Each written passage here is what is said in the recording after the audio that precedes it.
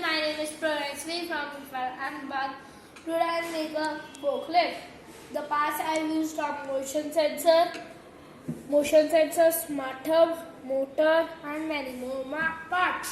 Now let me share you some information about forklifts.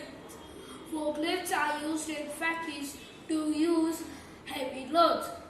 Now let me show you how it works. When I put my hand here, it will go front, with its light will turn into green and make a sound.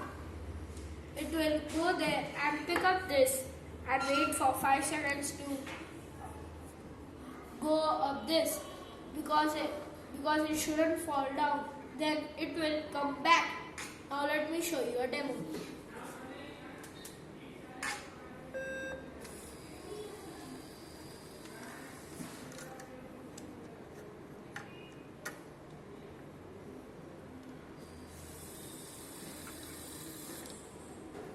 Thank you.